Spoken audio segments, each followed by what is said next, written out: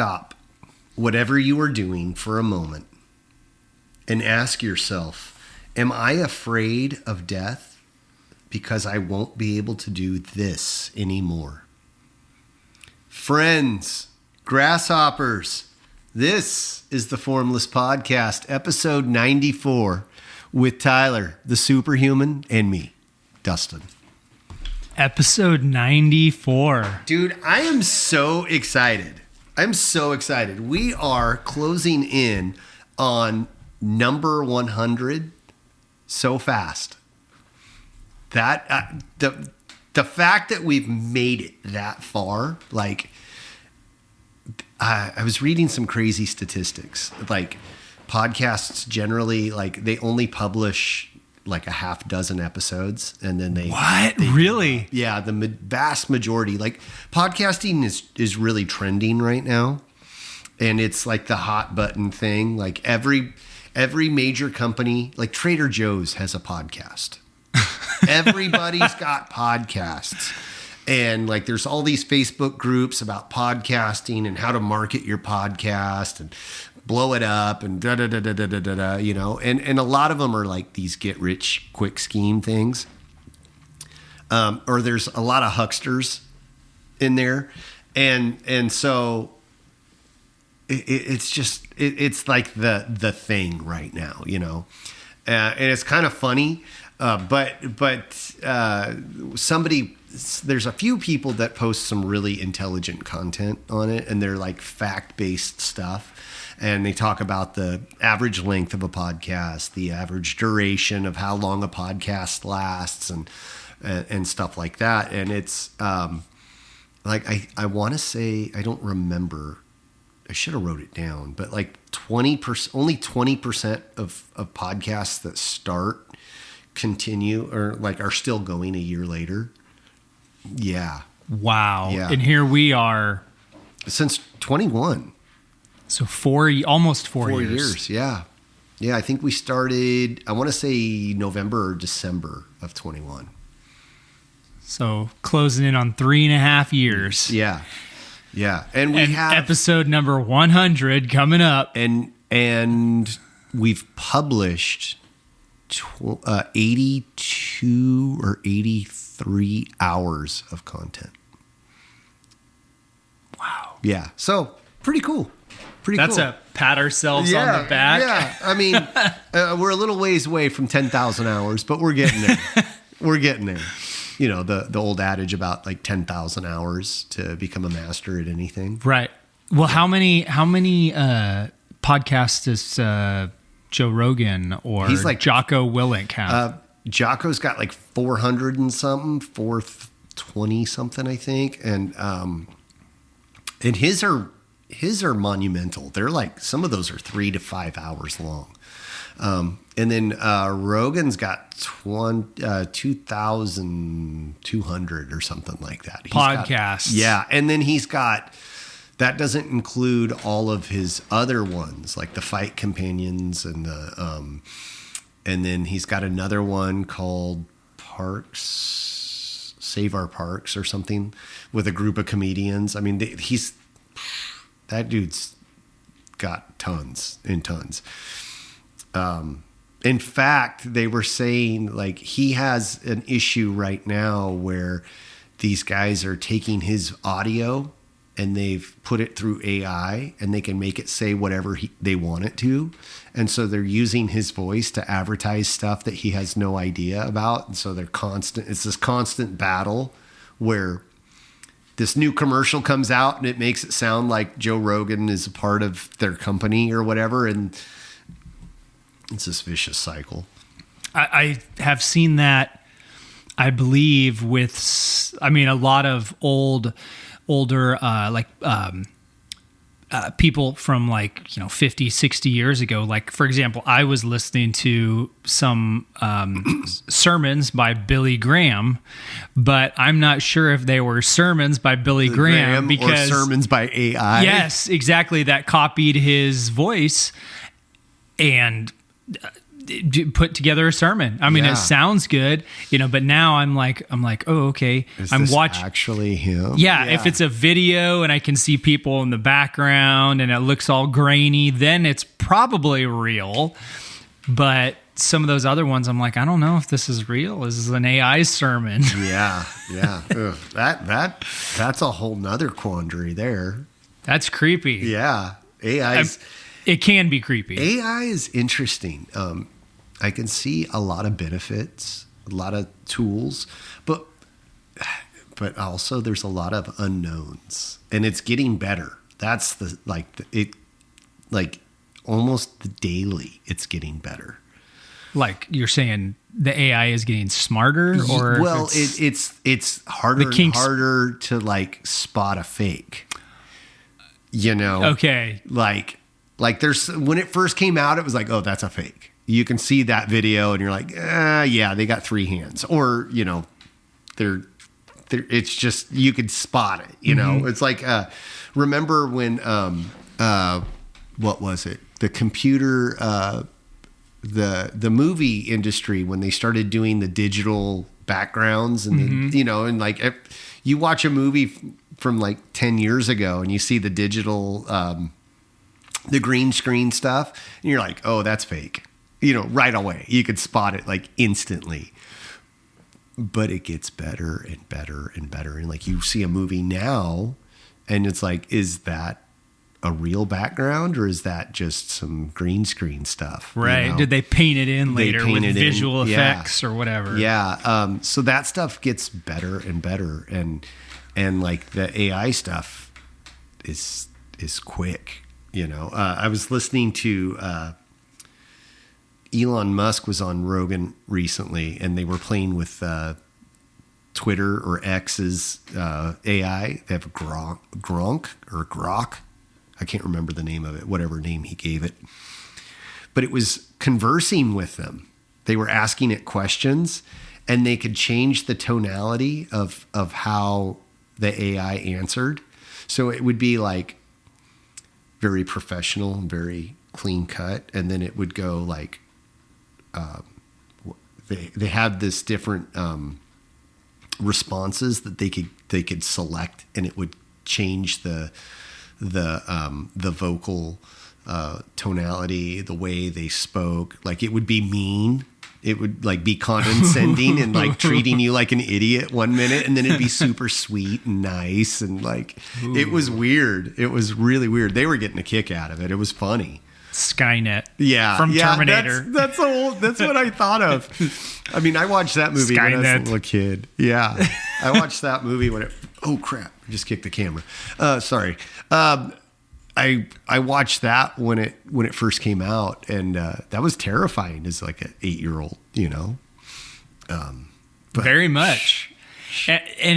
So like somebody calls you these days, you're like, I don't know if this is like somebody using some AI to so many, like, yeah, the days of of talking to a real person are almost over.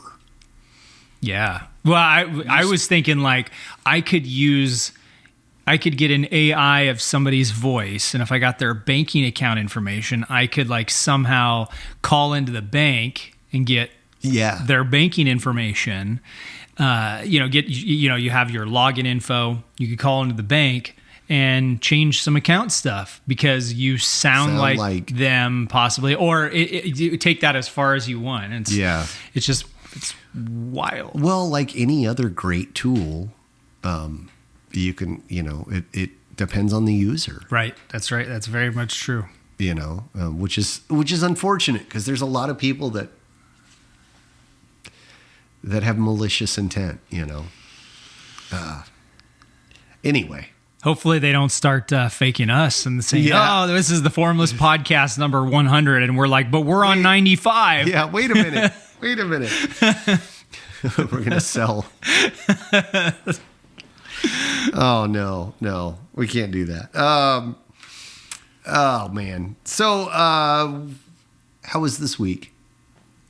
Oh, this week was pretty good. I've been staying on my goal. Right on. That we went through for the New Year's. Still hitting the gym. I hit the gym 5 days this week. Right on. 5 days. Running 2 miles every day on the treadmill. So doing really good on that. And working the cardio. Cardio, yeah. I do 2 miles, which is anywhere between 17 and 18 minutes for 2 miles. On the treadmill. In person, I can do it a lot faster. Yeah. Like I recently did 2 miles in 14 minutes and 54 seconds, I think it was. Right on. So that's like a 7.5 minute mile. Not terrible, but not great. You know, it's pretty good. Pretty good. But staying on my goal and still working towards those weight limits that I want to get to by the end of this year. So I got 10 more months, or a little less than 10 months. Right on. On. That's funny you said, so I have a step tracker on my phone. And I probably put in, I would say average about 5 miles every day at work. And the other day, last Monday, it was super busy. I was in one stop for like over 3 hours, which is unheard of. You shouldn't be there more than an hour tops. Just tons of stuff to do. But I looked at my step tracker and it gives me an alert when I hit a milestone. So the goal is the average. They say you should take 10,000 steps a day to like maintain your physical health or whatever. 10,000 rule again. Yeah. 10,000 rule again. I had hit that. So I started work. Generally, I start work between 5:30 and 5 a.m. every morning.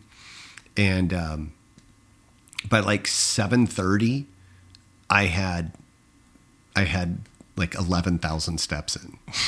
I was like, holy cow.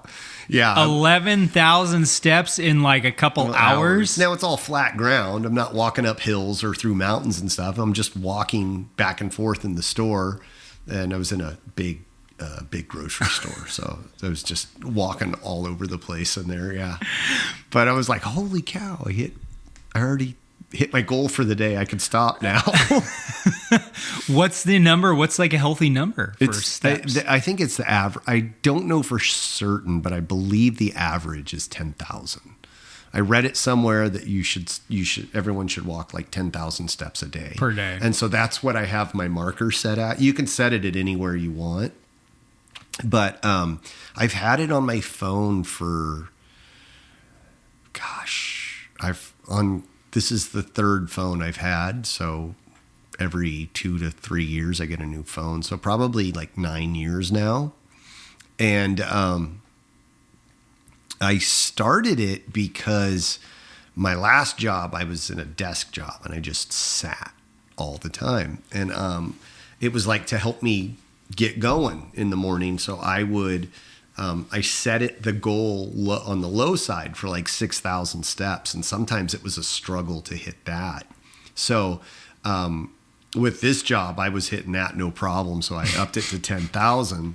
And I'll probably up it again, but on that app, I'm in like the top 98 percentile of users as far as steps taken. Nice. So okay. I have no idea how many people use that app.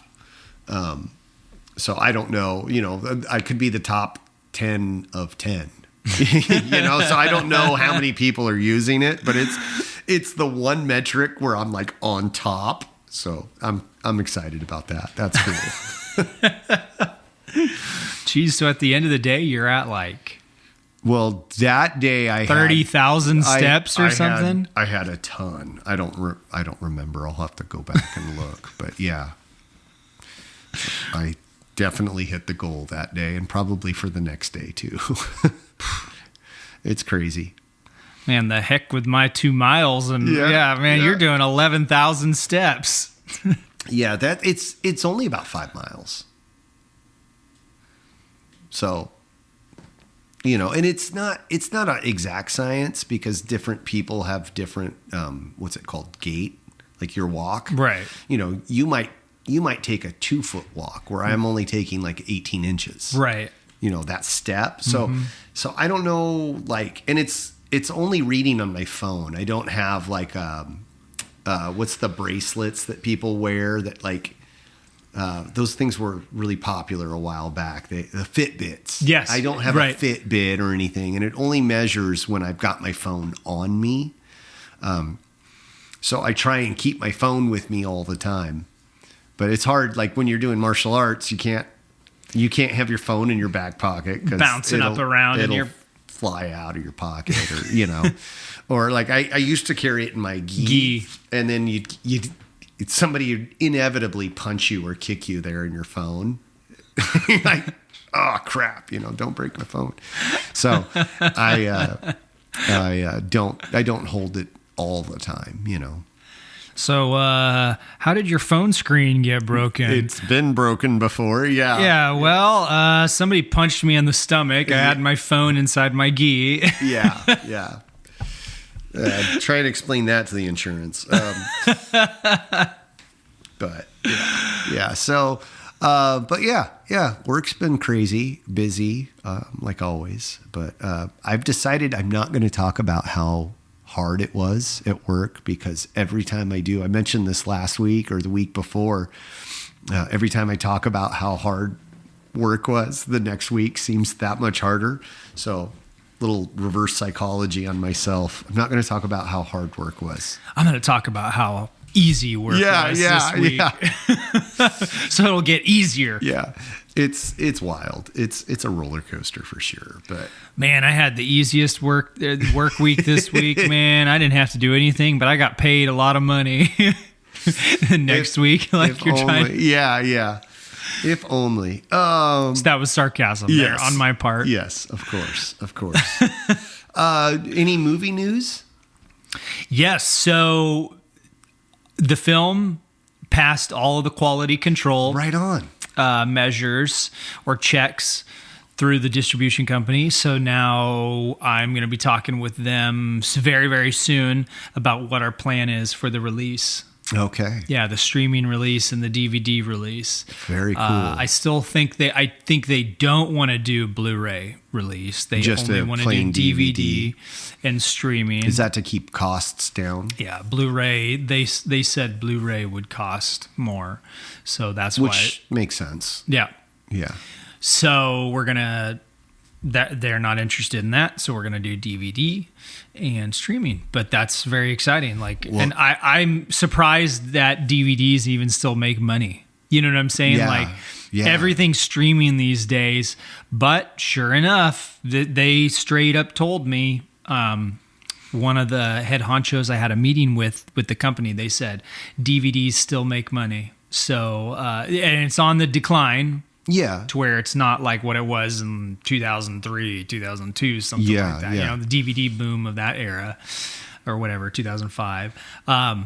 But yeah, so it still makes money and it's still a viable source of income.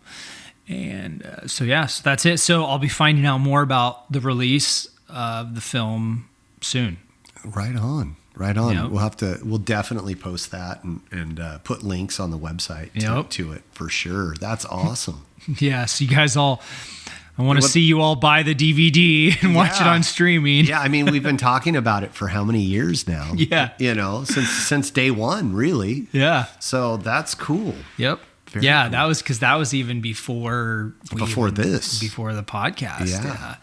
So, but yeah, no, that's where we stand, and just looking towards the future and what other projects I want to get going. And obviously, like I said, we've got 2 sequels planned. Mm-hmm. Whether we see 2 sequels or maybe just 1 sequel or no sequels, I don't know.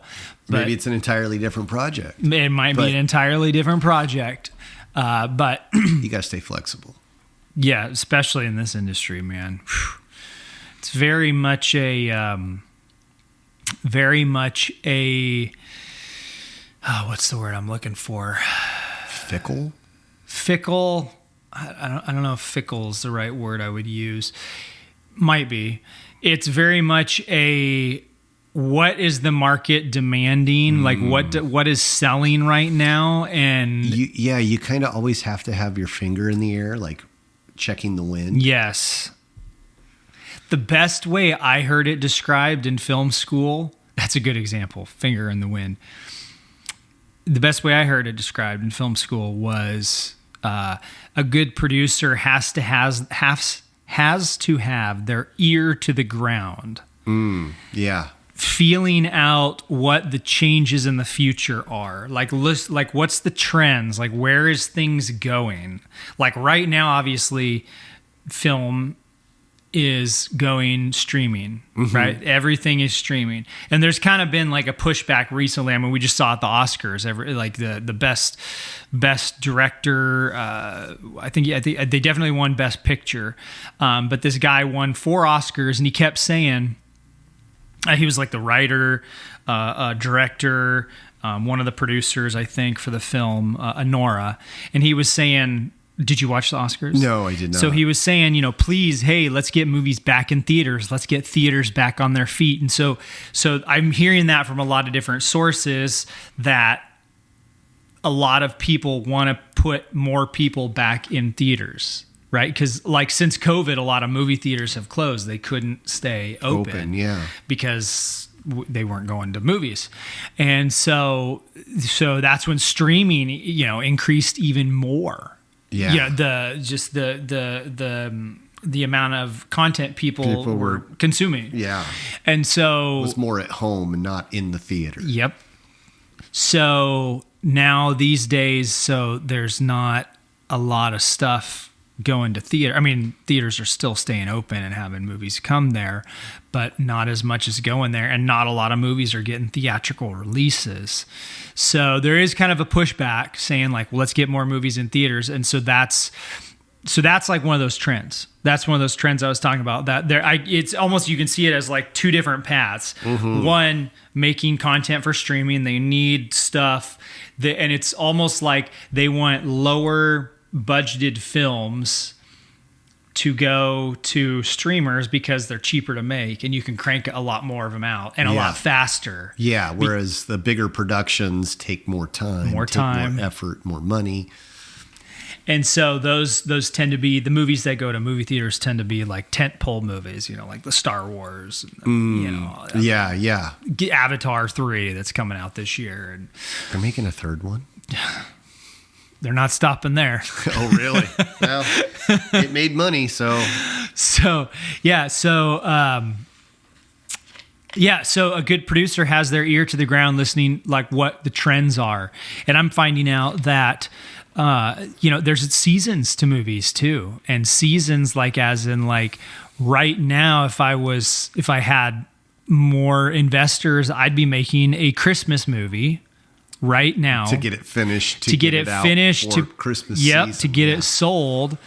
I was at the American Film Market in 2023, and when we were trying to sell Miracle Mile, and the American Film Market's basically like you have like a meat market or you have a vegetable market where people just market or a farmer's market. Yeah, the perfect example, farmer's market, and this American Film Market, it's been going on for a long time, and so all these distributors go there, and it's held in a hotel, a huge hotel, and all these distributors rent out these.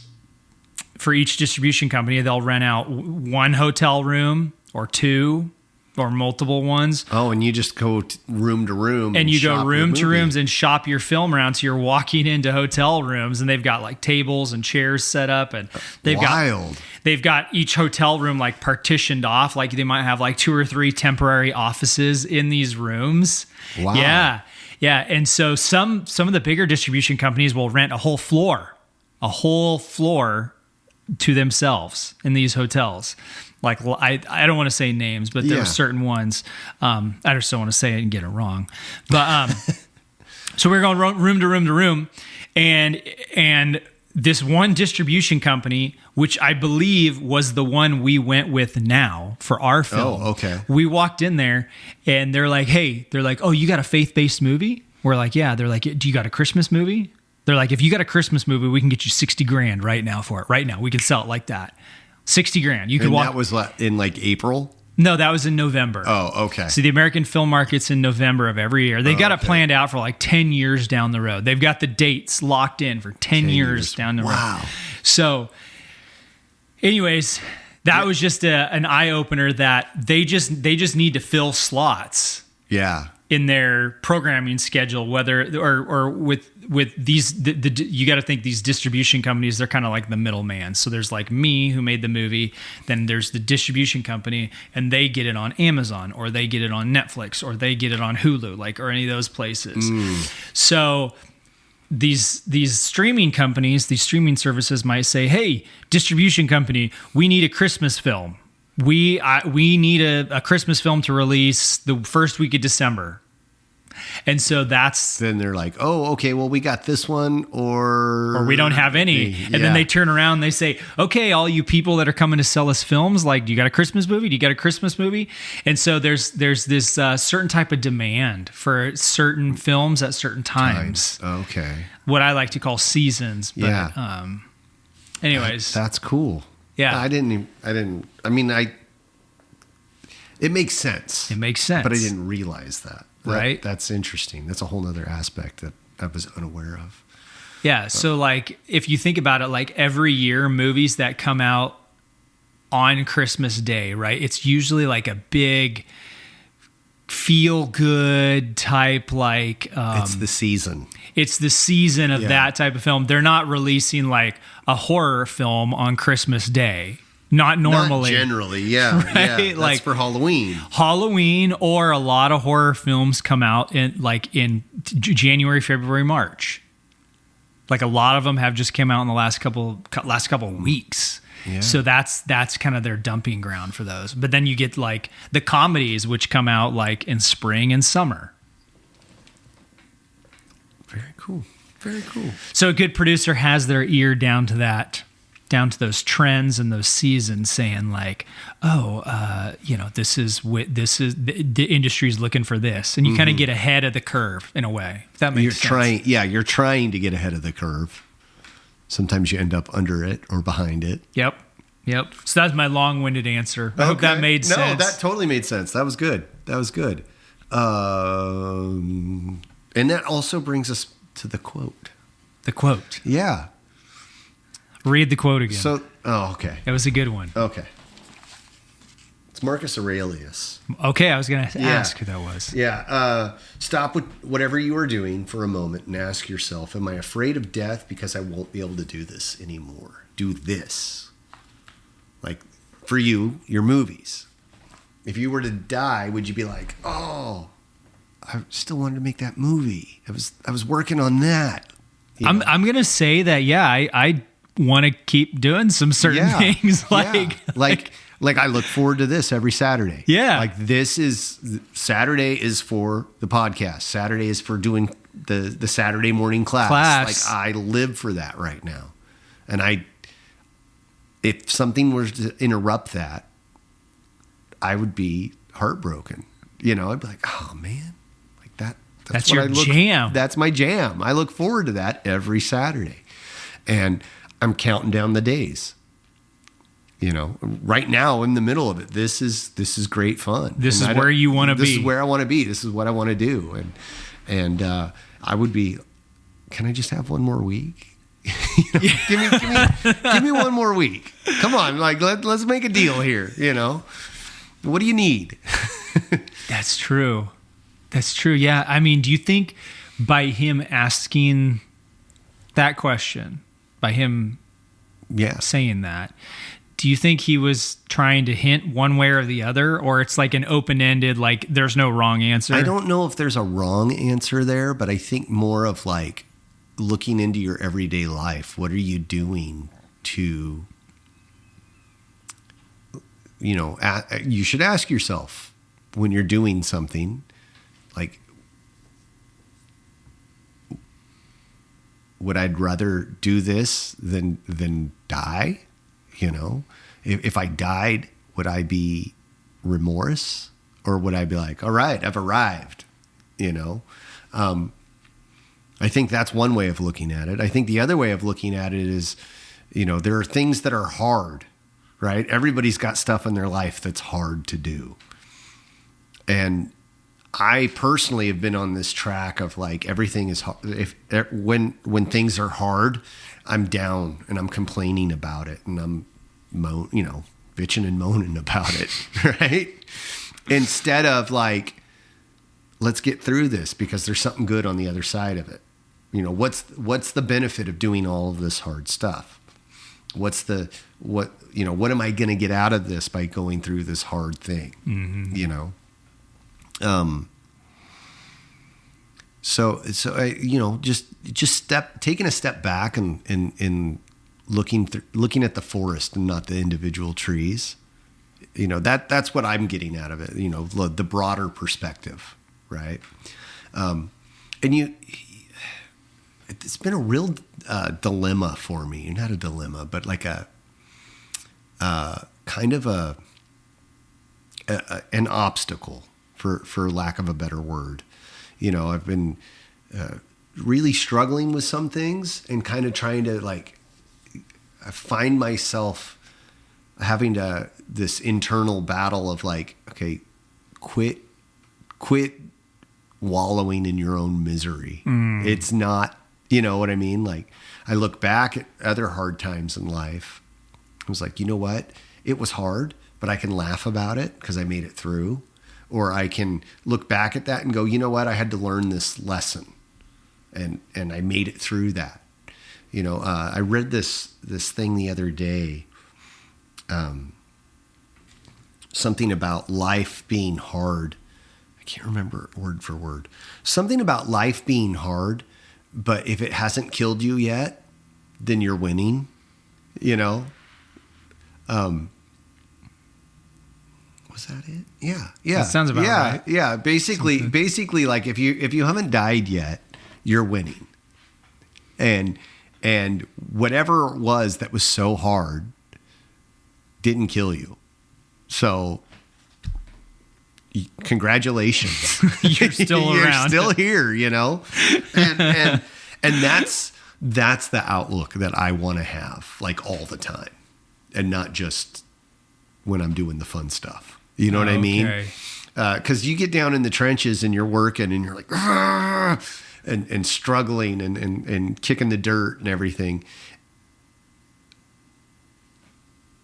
I don't want to be there, right? I don't want to be like, this sucks. This is hard. I want to be over here where I'm going, I made it.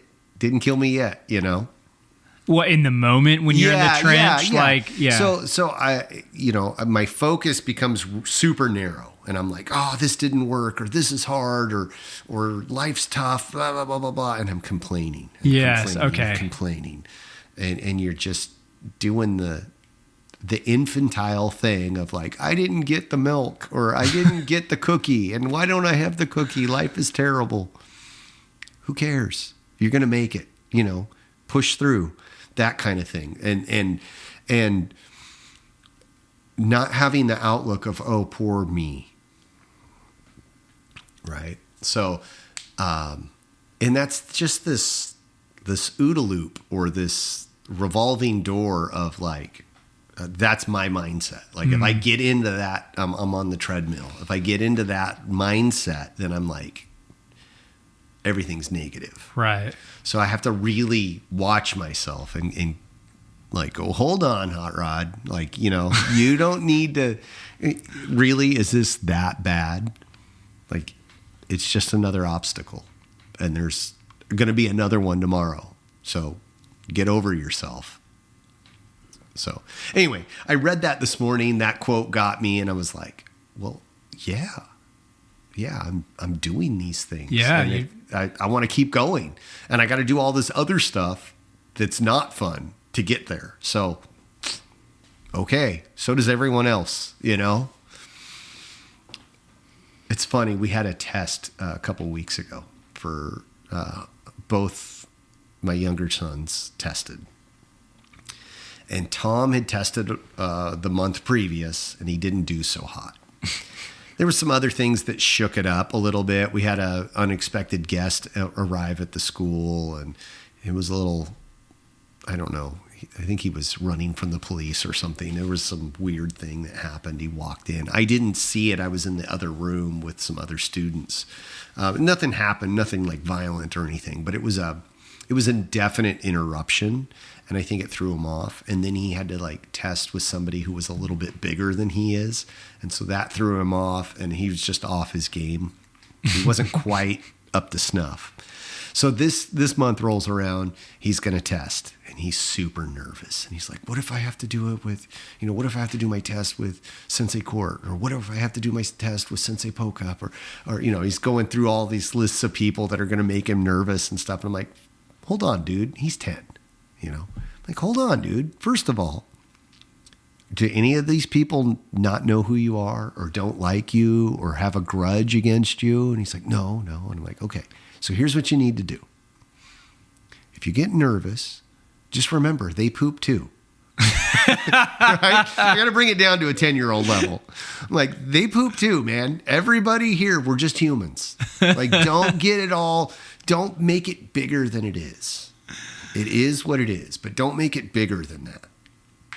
And so it made him laugh. And that was the goal. I was trying to make him laugh and get him out of his mindset there, because he was just like working himself up into this frenzy of anxiety. And I'm like, dude, just chill. It's not the end of the world. What's the worst thing that can happen?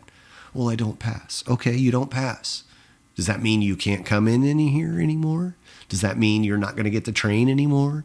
No, you're going to be bummed out because you didn't pass. Big deal. Everybody gets bummed out. Like, just don't put more relevance on it or more emphasis on it than what it is. Right? Yep.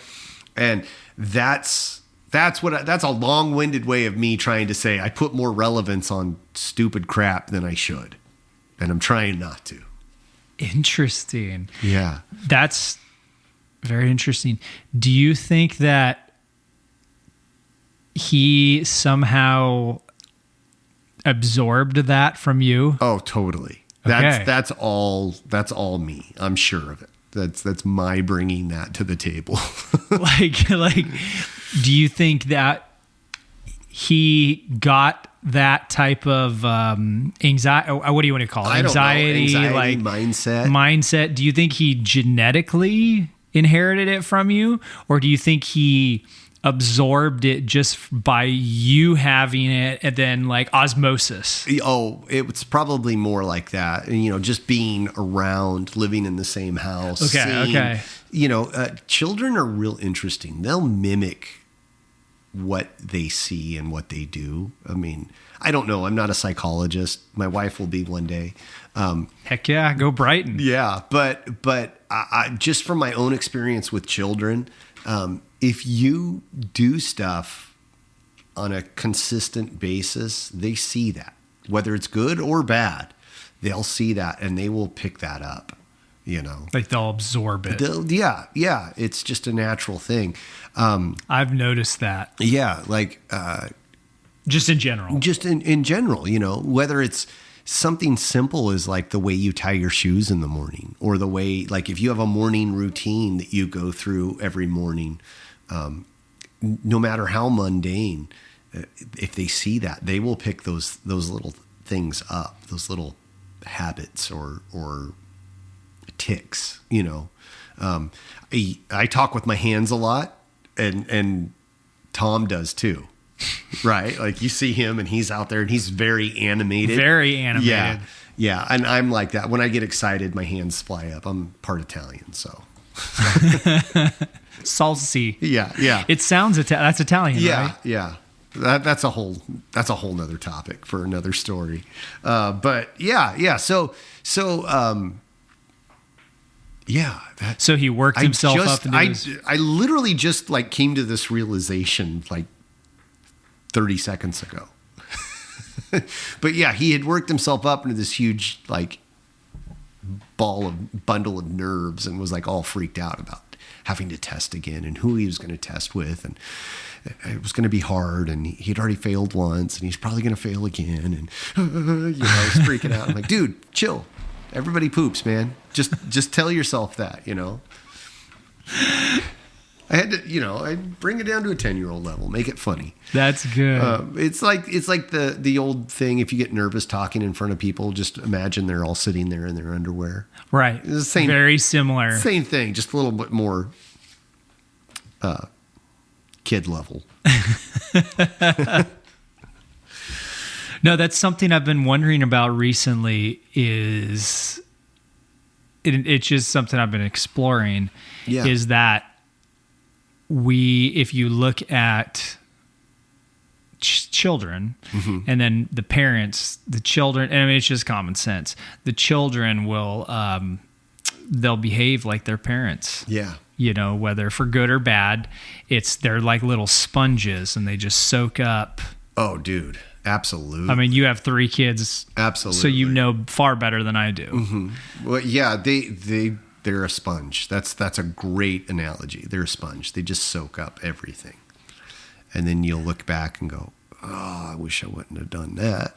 Because or I'm glad they did that. Yeah. In some ways, there's a dichotomy there. I mean, it's not an exact science for sure. Sometimes it can work the opposite too. Like if there are people that have grown up around alcoholics, right? And they see like the damage that does, and they don't drink because of that. Like, I don't want to end up like that. So that's that. There's examples of that everywhere. Yeah. Smokers, exactly. That's one I've seen. Yeah. People that had parents that smoked in the house, they get older and they're just like, they don't even want anything to do with that, smoking. So, and that totally makes sense. But though, I would say those are more, in my opinion, it's easier to see the kids absorbing the behaviors of their parents. Yeah. More so. I mean, in my opinion, I don't know. But I've noticed that with some people that I'm around, and that some people will kind of tell jokes the same way that I do. And I'm like, ooh, they're kind of, a portion of their personality is similar to mine, but it's because they absorbed it. Or the reverse is that I'll catch myself telling a joke or stating my opinion in the way that's like one of my friends or somebody I was around a lot, wherever, the army or growing up or something. And I'm like, I wonder if did you absorb that by osmosis else? I mean, it goes into the whole, you are the sum average of the 5 people you hang around, right? Yeah. So that's a similar concept. Yeah, for sure. My dad, he told me one time, gosh, this had, I don't know, 15, 20 years ago. He told me, he said, the people you hang around, I'm just paraphrasing him, the people you hang around, you will start to act like them and you won't even notice it. Now, whether someone agrees with that statement or not, that stuck with me. Yeah. And I was like, oh, and I've thought about that one recently in the last about 1.5 years, 2 years. I've thought about that a lot as I see more, and it comes with being a black belt, right? And noticing people's tics and their traits, their trends. What's the other word I'm looking for? It's the repeatable things you can see. There's a word I'm looking for. Trends. We look for, before this person throws this punch, they drop their shoulder a little bit. Their tics, their habits. Yeah. So you start seeing that, and then as a black belt, you can start seeing a little bit of the way that I act is kind of like borrowed from this person, in the same way kids will get stuff from their parents. Yeah. Like you're talking about. That's my opinion, no one has to agree with that, but that's very interesting. Yeah, it's wild. It's wild when you like see it happen, especially with your own children. Your own children, right? You're talking with Tom, you see it. You see that and you're like, "Oh wow. That's my wife, or that's me, or that's a little bit of both of us." It's wild. It's definitely a wild thing. That was excuse me.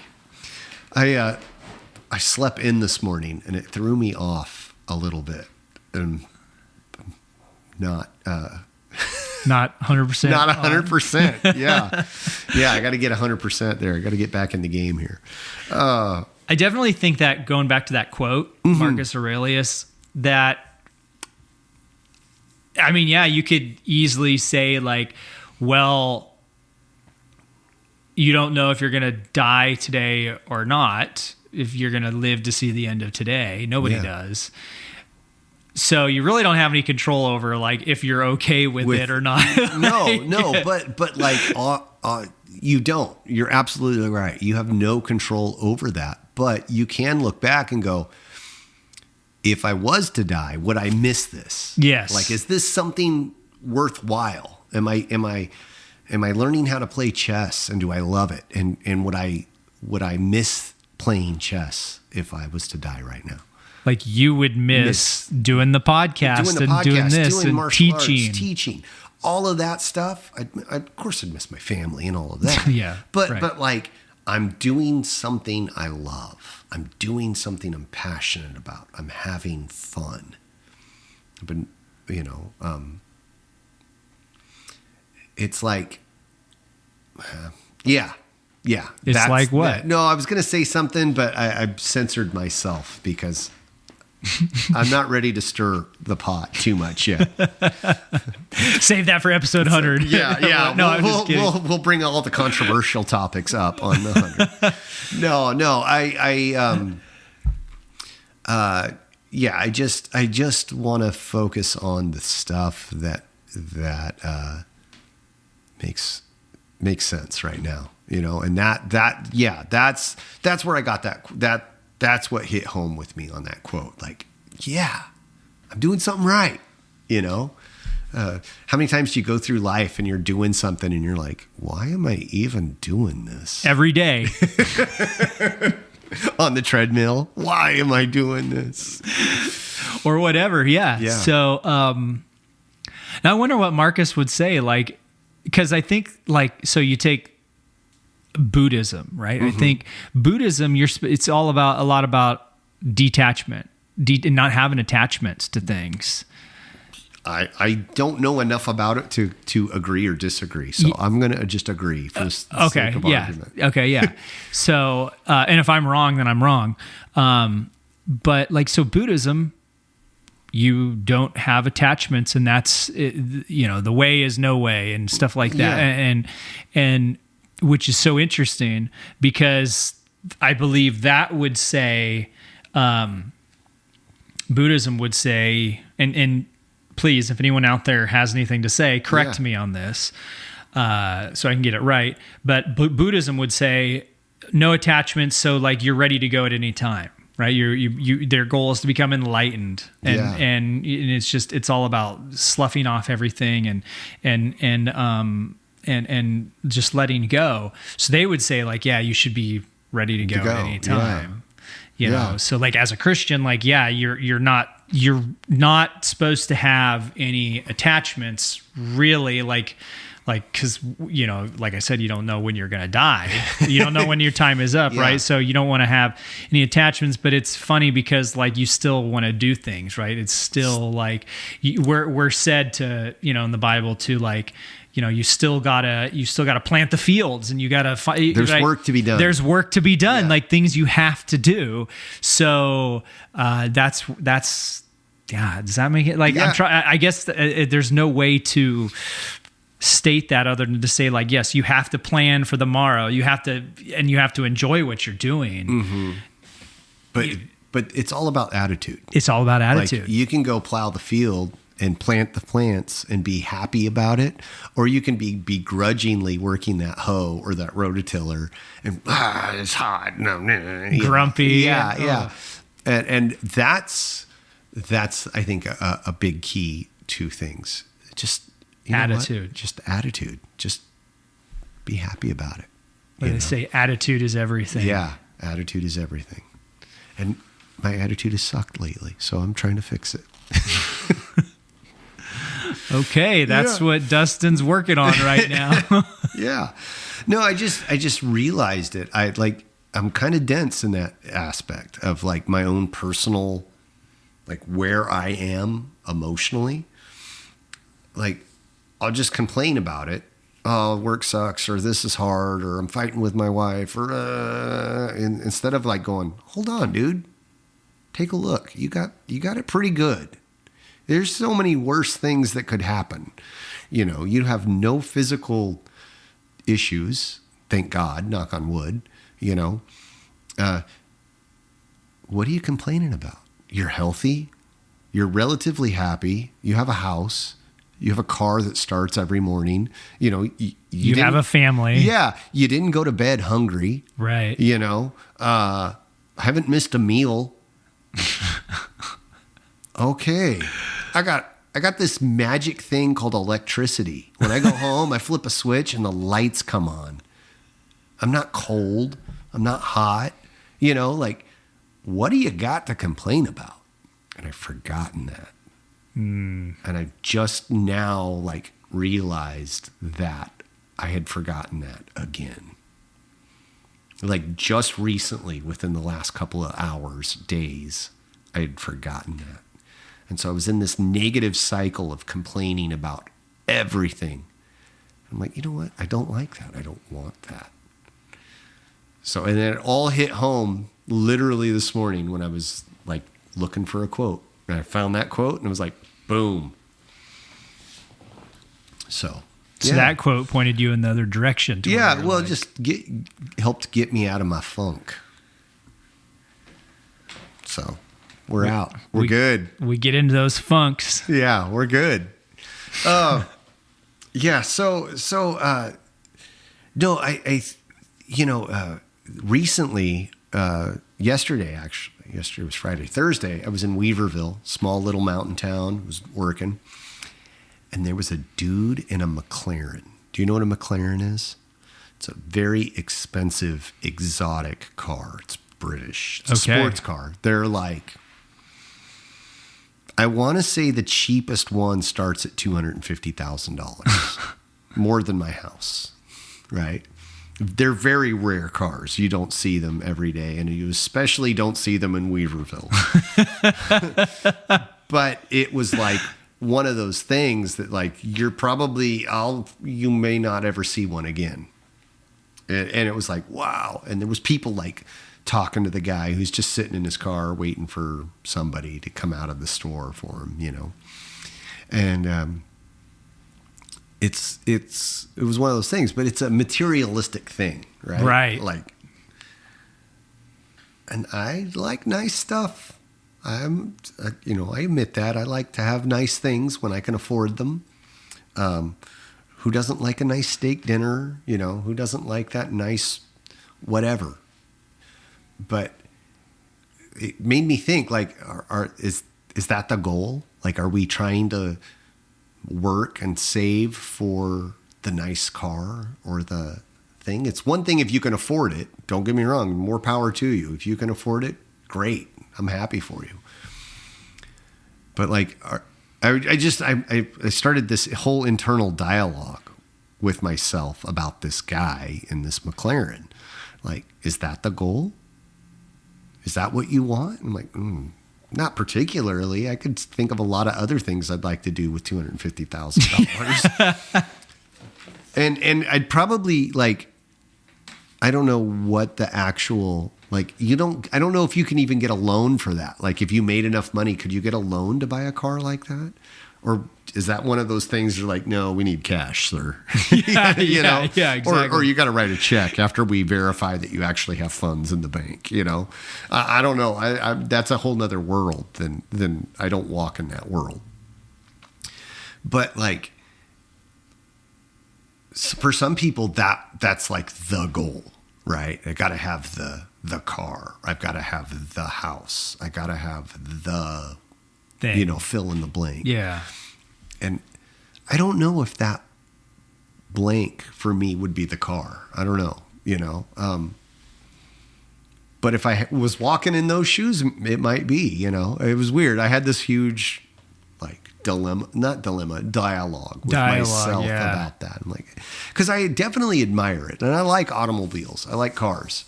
I have a few. And I like nice cars too, you know, but it's like, now if that was like a if that was a 1966, 67 Corvette, I would have been like drooling over it, right? Because that would be really cool. That would hit the I want button for me. Obviously, the McLaren hit the I want button for that guy, and he got it, and he had the money or the funds or the means to get it somehow. But I was like, just having this weird dialogue with myself about it. And is that the thing? Yeah, is that the thing? And I was like, I don't know if it is. I'm much more. What the blank is for me right now is much more getting to hang out with my family. Yeah. Getting to do martial arts with the family. Getting to do this. Those are the things right now that are my want. That's my blank. That's the thing I'm going after.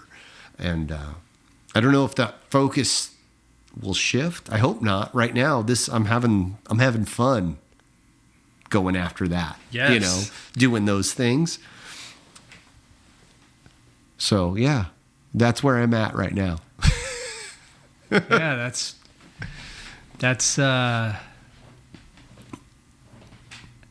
Yeah, that's a whole other topic. We could just we could go on. We can go off on that. The only thing I can think about that McLaren is I know Weaverville, and there is a lot of deer over there. So watch out. Yeah, dude. watch out. This guy hits a nice buck or not a nice buck, and it's a. Yeah, the car. Have to go buy a new McLaren. Yeah, where do you take it in Weaverville to work, get it work done on it? Will the mechanics even work on it? They're like, nope, sir, we cannot touch that. That's a good question. The air conditioning goes out on that, and he's like, where does he take it to get it fixed? You can't go to your little do the Pa shops like fix the McLarens? Like, yeah, I don't know. That's a whole other level of problems. Like, whoop, now we got to ship it back to England just to get the air conditioning fixed. Yeah. Well, that's the thing about living up here. Yeah. Like in the sticks, for lack of a better word, I see people that have like nicer cars and stuff. You buy it from the dealership, like a BMW. There's not a BMW dealer here. The nearest one is Chico. So, well, that's a heck of a lot closer. Than Britain. Yeah. I'm sure, I don't know. Maybe San Francisco. Yeah. Sacramento. I don't know. Who knows? I don't know. Maybe. I'll have to look that up. Is there a McLaren dealership in Sacramento? There's got to be one in San Francisco. Oh, I'm sure. Or L.A. at least, right? Yeah.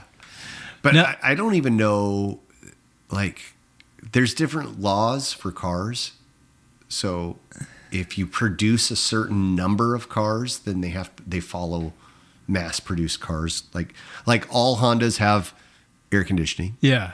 All of them have anti-lock brakes and airbags because you have because to make it like if you were to produce a car tomorrow, it would have to have this whole list of safety features. But if you are a production, like if you produce automobiles, there's guidelines. If you hit under a certain number, you don't have to follow like all these rules because they're not as common, right? Right. And it's a weird. There's weird rules for everything like that. So I don't know. Like, does it even have air conditioning? Who knows? Like, I don't know. It might. I would assume it does, but it's a sports car. It's like a super exotic sports car, really fast. Yeah. Lots of horsepower. Most people that have those probably don't care about air conditioning because they're like, it's a look at me thing. Look at how awesome I am. I got this car. Reading gets pretty hot in the summer. Yeah, exactly. No, I know. And that's so funny to think about. Does that person that has that sports car that's like, look at me, is their value derived from that car?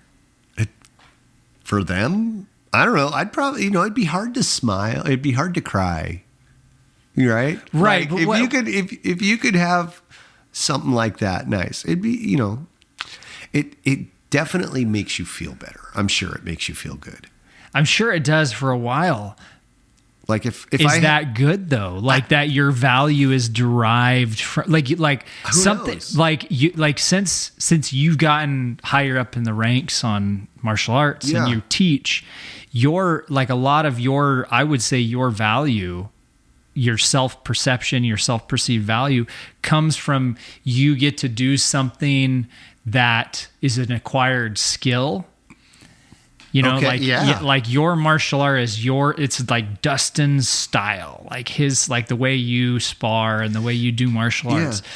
I would say that's a much more valuable from which to then derive your value, as opposed to like being able to buy a sports car. Being able to buy a sports car that someone else designed and it's sold in it's in another country, and like you didn't do anything to it except earn a lot of money to buy it, but it's not like it's somebody else's style, whereas your style of martial arts is Dustin's style, and nobody can replicate that. Your style is unique, one of a kind. Yeah. Whereas, there's probably a couple hundred other rich people driving around in the world with the same sports car, like same color or same. And as their value is derived from their potentially temporary value is derived from that, and to me that's the shallow end of the pool. Very much so. And I think you see that because you're saying like, well, is that the thing I want though? Yeah. So that's just my opinion. I'm not driving around in a $250,000 car. I might change my attitude if I was. Yeah. Well, I mean, there's nothing wrong with that, right? I mean, as long as you're not this materialistic egomaniac. But, if you could afford it, more power to you. Go for it. Yeah. But I think you're right there. I think you hit the nail on the head. Like, there's other things in life that can give you tremendously more value for your effort. Yeah. And that, for me, that's martial arts. That's martial arts. That's my family. That's doing the podcast. That's where I find that value. Yeah. I wouldn't smile. I wouldn't be frowning if I had a sports. If I could afford a car like that, I'd be pretty happy. I'd be pretty set because I know a lot of other things would be taken care of. Right? That would be if you could. In my thinking, if I could afford that, then that meant all my other financial obligations had no trouble being met. Right. Like I wouldn't be thinking about the mortgage because the house would be paid off. I wouldn't be thinking about bills because it's taken care of. Right. Unless that dude's in debt to his eyeballs. Who knows? Maybe he is. I didn't talk to him. But yeah, that's a whole nother perspective I didn't think about. That's good. Yeah. I like that. Yeah. Yeah, and like a great example is like going hunting with other hunters, and a hunter might have a $2,500 shotgun that they're downing birds with, right? And I've got my $300 Remington 870 Wingmaster pump action shotgun, and I'm downing just as many birds as them. They both do the same thing. Both do the same thing. The McLaren, I mean, it looks cool, but does it go 200 miles an hour? I mean, like, does it go faster than your Honda? It probably goes a little bit faster. It accelerates faster, but... Yeah. It goes there faster. It gets there quicker. Yeah. It stops quicker. It, like, on a performance scale, it's a slug and a jackrabbit. There's no comparison. Right. Yeah. On that. Exactly. But I was saying, like I inherited from somebody who passed, I inherited a really expensive shotgun. Yeah. And it's beautiful. It's an over-under, I don't even want to say what kind it is, but it's it's nice. It's a very nice shotgun. Is it one of those things that it's so nice that like you're afraid to touch it? No, it came all scratched up. Oh, okay. And like, it was you know, used. It was used. well Yeah, used. it's got good use on it. Like Yeah. it's not busted or anything, but it's just you can just tell it's well used. But like that thing is so expensive, and versus just my $300 Remington 870, and I go out, you're still down in birds regardless. Like, Yeah. and it's like, do I need to like even if I had the money, what do I need to go out and show the world that I can afford this really expensive shotgun and look cool walking around like? Yeah. Who are you trying to impress? Yeah, exactly. Yeah. Because then your value is you're derived from you're trying to impress people, and you're looking for other people's approval. And it's like, hey, look at me. And maybe that guy with the McLaren, maybe he just doesn't care. You know, he's just like, nope, I bought this for me, and I don't care what anyone thinks, high or low. Like, you know, so that's true. That's true. That's just kind of my thinking on stuff like that. It's like people that buy a cotton shirt that's like a $1,500 name brand cotton shirt, and I'm like, well, my Fresh Clean Tea over here, you know, brand, my Hanes, yeah, does the same thing. Got like, the 6-pack at Walmart. Yeah. It does the same thing. Yeah, and it's still cotton. But it's still cotton, you know, or a cotton blend or whatever. But that's not your thing. That's not my thing. Yeah. Yeah. That's never been fashion things that why spend that kind of money on that stuff? I could spend my money on a lot of other things. Yeah, yeah. That would make me just as happy. But yeah, that's I mean, it's just like, what is your thing that you love, that you derive value, and is it a healthy thing? Like your thing is having guests on the podcast and doing martial arts and interacting with people, versus somebody else's thing might be watches, a chunks of metal. Yeah. That are made into a watch or a car, and you're just like, I mean, you didn't even do that. Like, you didn't even make that. Whereas you're designing that, you have designed this podcast. This is a thing you have done, and you designed the class and how you want to teach it. It's like your thing. Like, that cannot be replicated. So that makes like, that's cool. You know? I like that. I like that mindset. That's right on. Hey. That's a good point. I think we could call it right there. Friends, find something you love, do it, enjoy it, get down to the nitty gritty of it. If you liked what you heard, come back next week. We'll do it again. I'd like to put out absolutely. If you could email us and tell us what at the Formless Pod at formlesspod@gmail.com. Email us and give us some ideas, like what you would like to see for like any suggestions for episode 100. Oh, that's a good point. Yeah, because we're quickly approaching that. Also, we got to get that YouTube going. We got posts on there regularly, but we have enough subscribers where we can do like a live event, or we could do some videos. We've got to come up with some stuff on that.